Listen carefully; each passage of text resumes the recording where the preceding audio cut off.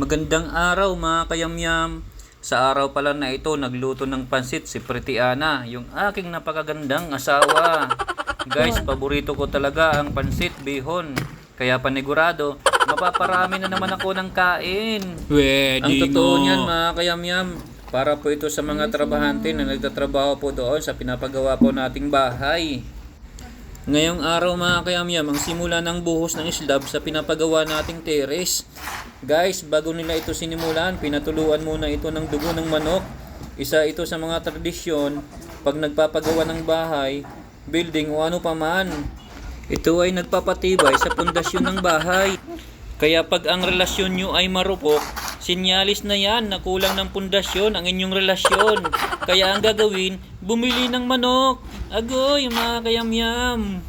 Guys, kumuha pala si Foreman ng dagdag tao para mapabilis ang pagbuhos. Hindi po kasi ito pwede iwanan na hindi tapos ang buong bahagi ng terrace. Sa ganitong trabaho, kailangan din pala ng teamwork. Merong naghahalo, nagpapala, nag-aabot ng balde, may tagabuhos at merong nagpapantay ng flooring.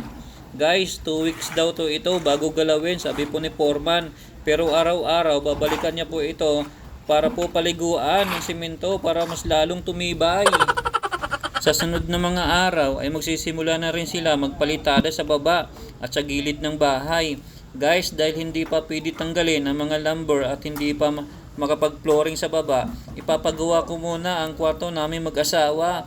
Bali 2 kwarto lang po ang ipapagawa ko para po malaki. Kasya naman po kahit 3 kwarto, pero dahil 2 lang kami, kaya 2 kwarto lang sa itaas ang ipapagawa.